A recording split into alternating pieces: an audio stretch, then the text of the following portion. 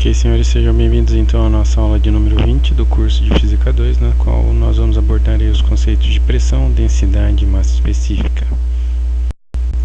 Como objetivo, eu espero que no final dessa aula você seja capaz, de explicar o conceito de pressão, explicar e diferenciar os conceitos de densidade e massa específica.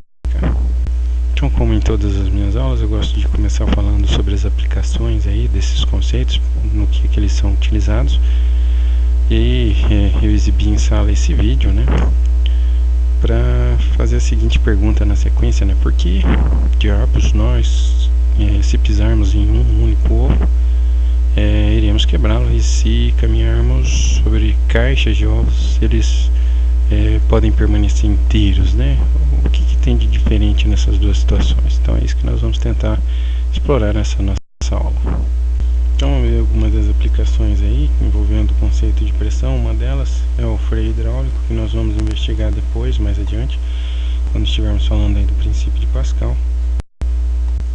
Então, o funcionamento do freio vocês podem ver aí nessa sequência de imagens, Quando o pedal de freio é pressionado, isso vai produzir aí um acréscimo de pressão na tubulação, que vai por sua vez comprimir aí os pistões, que vão pressionar os discos de freios por sua vez, que vão produzir fricção aí com o rotor, vai impedir então que o giro aconteça. Então tá aí uma das aplicações do conceito de pressão, está presente aí nesse dispositivo.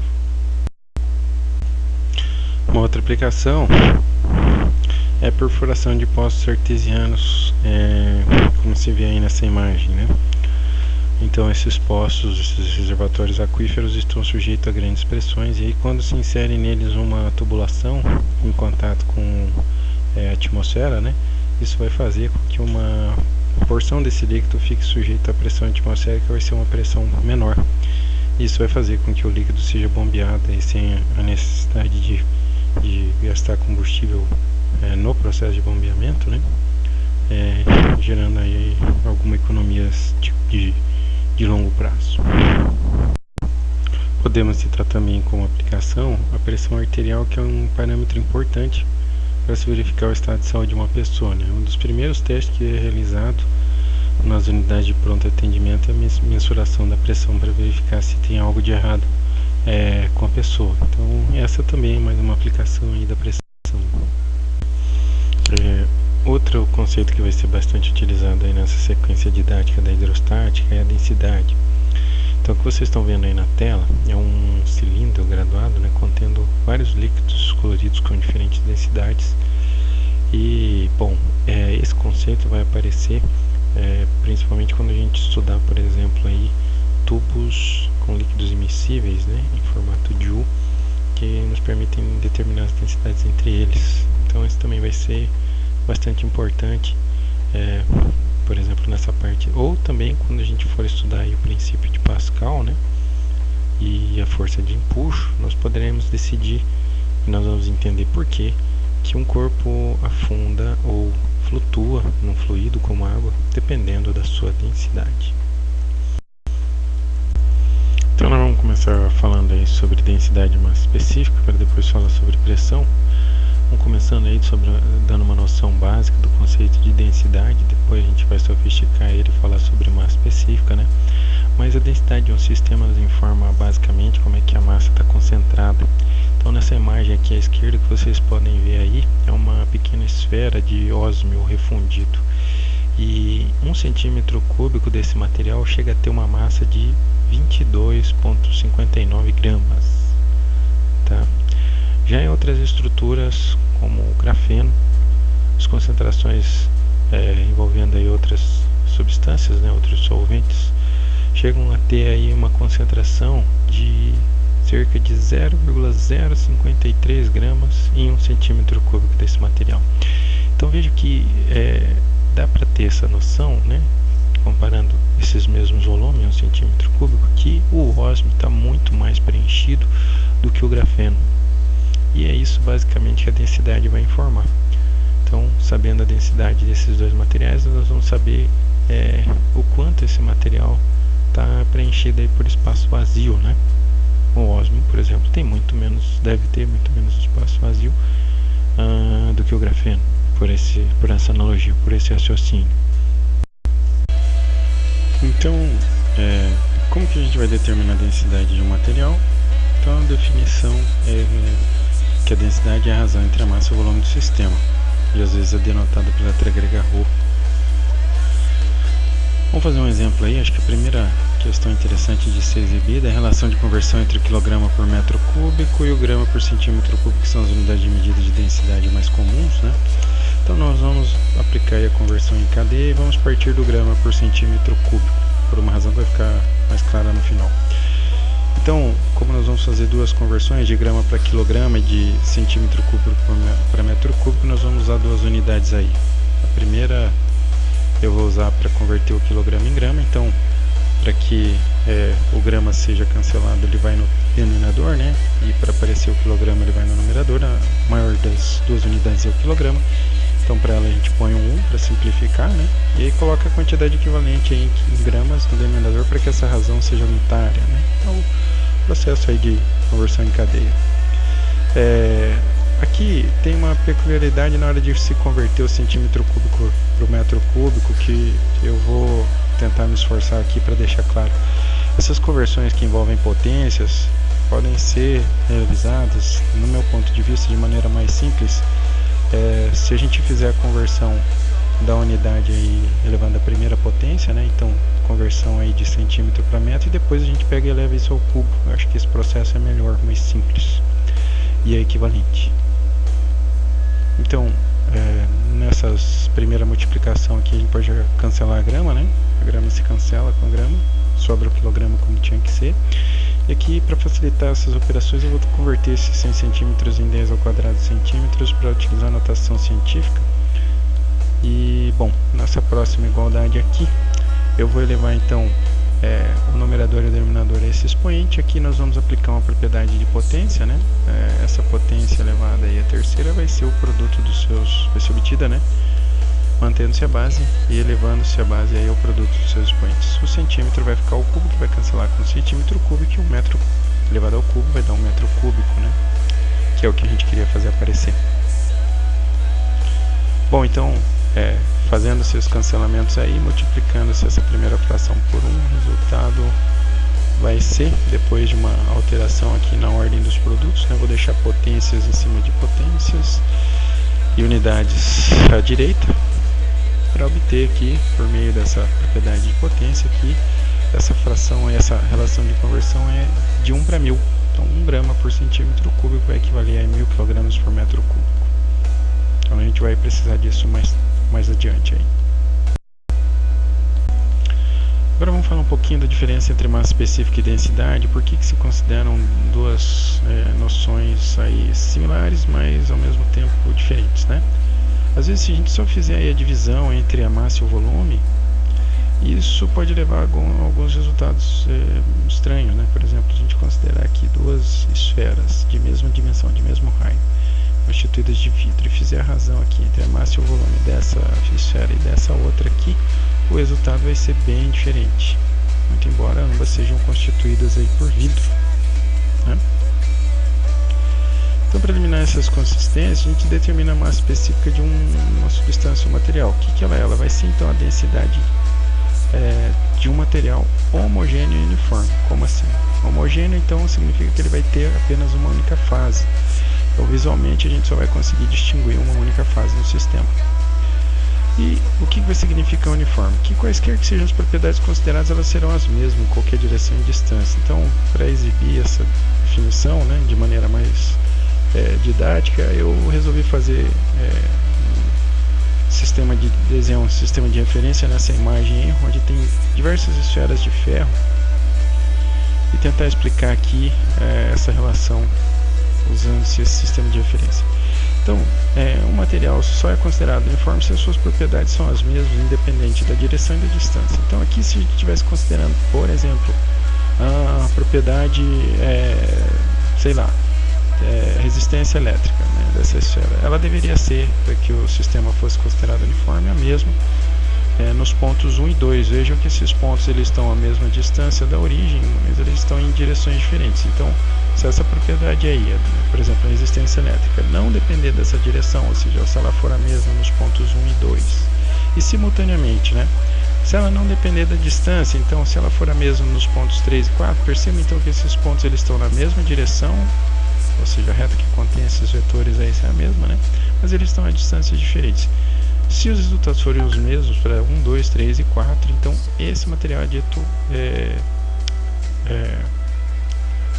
uniforme. Então, uniforme vai ser utilizado para líquidos, para fluidos e para objetos maciços, né? De uma única substância. Então essa vai ser a diferença entre a massa específica e a densidade. Qual vai ser a vantagem disso? Vai ser possível comparar, por exemplo, essa concentração de massa, né? Concentração de massa no volume de materiais de diferentes substâncias. Então materiais que tenham aí as mesmas dimensões, mas sejam formados por substâncias diferentes, vão ter massas específicas diferentes, né? Vai ser o que vai permitir compará-los. Então, para isso que serve esse conceito de massa específica. Ok? Então, tá aí a explicação dessa distinção. Então, a massa específica vai ser característica da substância e vai ter outra vantagem. Ela não vai depender da forma do sistema. E, às vezes ela é denotada pela letra grega mi. Então, para tentar esclarecer um pouco mais isso aí, vamos ver esse exemplo. Nós vamos tentar determinar a densidade e a massa específica desse sistema. É um cilindro oco, seja lá de que substância for. Ele tem uma base, né, que tem uma área de 5 centímetros quadrados e ele tem 20 centímetros de altura. E no interior dele tem uma lacuna, né, uma esfera oca de 64 centímetros cúbicos. Vamos determinar então a densidade e a massa específica desse objeto em gramas por centímetro cúbico em quilograma por metro cúbico. Então vamos lá, para determinar a densidade basta fazer a razão entre a massa e o volume do cilindro, que pode ser determinado aí pelo produto da área da base pela sua altura, que denotei aqui pelas letras A e H. Então, substituindo aí os parâmetros, né, a gente vai encontrar 5,40 gramas por centímetro cúbico. E aí, para fazer a conversão, basta a gente usar aquela relação, né? 1 grama por centímetro cúbico equivale aí a 10 ao cubo quilogramas por metro cúbico. Então, a gente vai fazer a conversão aí simplesmente multiplicando esse 5 por 5,40 por 10 ao cubo, né? Pronto, essa é a densidade em quilogramas por metros cúbicos. Mas qual seria a sua massa específica? Então, para a gente calcular a massa específica, a gente tem que considerar um sistema homogêneo e uniforme, e para isso nós vamos ter que eliminar o volume da esfera. Vamos considerar um volume efetivamente ocupado aí pelo material, que vai ser essa diferença. Então, a diferença entre 100 e 64 centímetros cúbicos, ou seja, 36 centímetros cúbicos. Daí a gente já tem condição de determinar essa massa específica, vai ser a razão entre a massa e o volume efetivamente ocupado pelo material, então 15 gramas por centímetro cúbico. E aí a gente pode converter isso para quilograma por metro cúbico, simplesmente multiplicando o resultado por 1000, 10 ao cubo. Que é o que eu faço aí nessas linhas utilizando o método da conversão em cadeia, né? Então, multiplico pela unidade, aí no lugar dessa unidade eu coloco uma fração unitária conveniente, coloco no denominador a unidade que a gente quer cancelar, que é o grama por centímetro cúbico, e no numerador a unidade que a gente quer fazer aparecer o quilograma por metro cúbico, né? Fazendo esse produto a gente encontra aí essas duas quantidades nas suas respectivas unidades de medida. Ok, então agora nós vamos falar um pouquinho sobre esse conceito de pressão, para termos uma noção, pelo menos básica, de o que esse conceito aí, o que essa quantidade nos indica, né? E aí, bom, a gente pode dizer que a pressão vai indicar a concentração de uma força em uma superfície. Então, se a gente comparar esses dois sistemas aí, de mesma massa, né, considerando que esse cubo tem a mesma massa dessa esfera, a força que o cubo vai exercer na superfície está muito menos concentrada do que a esfera, porque a região de contato com a superfície, no caso da esfera, é apenas um ponto muito menor do que a região de contato aqui no caso do cubo. Então, essa esfera tem uma capacidade muito maior de comprimir essa superfície que o cubo. Isso está ligado diretamente à pressão. Para definir a pressão, vamos considerar primeiro que uma força está sendo aplicada de maneira inclinada a uma superfície, conforme está ilustrado aí nessa figura. Para a determinação da pressão, só vai interessar a componente perpendicular dessa força. Então, somente aquela parte da força que estiver fazendo aí 90 graus, né, com a superfície vai ser considerada para a determinação da pressão. A outra componente a componente paralela à superfície vai dar origem a uma outra quantidade chamada de tensão de cisalhamento, que é utilizada aí pelos estudantes da metalurgia. Bom, a razão entre essa componente e a área vai ser o que nós denominamos de pressão. Tem diversas unidades de medida, entre elas vamos destacar aí a do Sistema Internacional de Unidades, que é o Newton por metro quadrado, que em homenagem a Blaise Pascal foi denominado de Pascal, né? Mas tem outras aí, como a gente vai ver, o ATM tem 101.325 pascals, né? E outras unidades aí que podem aparecer. Vamos ver um exemplo aí para tornar isso um pouquinho mais intuitivo. Vou considerar que um bloco aí de 10 newtons pode estar suspenso aí numa superfície de acordo com diversas orientações, né? Então ele pode estar sobre essa face aí maior de 0,8 metros quadrados, ou sobre essa outra face de meio metro quadrado, ou sobre a outra face de 0,4 metro quadrado. Qual que seria a pressão que ele estaria exercendo se estivesse sobre essa face de 0,8 metros quadrados? Então, para determinar isso, a gente só vai aplicar a definição, dividir aí a força pela área. Bom, mas essa divisão pode ser expressa de uma forma de uma divisão de frações, que eu acho que vai ser mais prático, né? E aí a gente pode calculá-la então para encontrar que é de 12,5 Pascal. Eu gostaria de falar um pouquinho sobre a interpretação da pressão. Ela tem uma interpretação que pode ser um pouquinho sofisticada, concordo. Vamos ver essa animação que está disponível aí nesse link. Então o que a gente está vendo nessa figura é a interpretação da pressão. Quando a gente divide a força pela área, é como se nós estivéssemos considerando aí a partição dessa área em diversas outras sub-áreas, e aí a pressão vai nos informar qual que é a intensidade que deve ter a força em cada uma dessas partições, para que quando se somar todas essas forças o resultado seja a força original. Então ela vai informar qual que seria a intensidade da força em cada unidade de área aí, da região considerada. Então, quanto mais intensa for essa força original, tanto mais intensas serão as forças nas partições, ou seja, a pressão vai informar a intensidade da força aplicada em cada partição. Isso pode ter aí vantagens, como a gente vai ver no decorrer aí dessa sequência didática, né? As intensidades vão ser tanto maiores quanto maior for a força aplicada, ou quanto menor for a área de aplicação. Bom, pessoal, eu acredito que para essa aula está de bom tamanho, né? Foi o que eu havia pensado. Procure-me nos horários de atendimento, fique atentos aí aos exercícios disponíveis pelo Moodle. Meu muito obrigado e até a nossa próxima videoaula.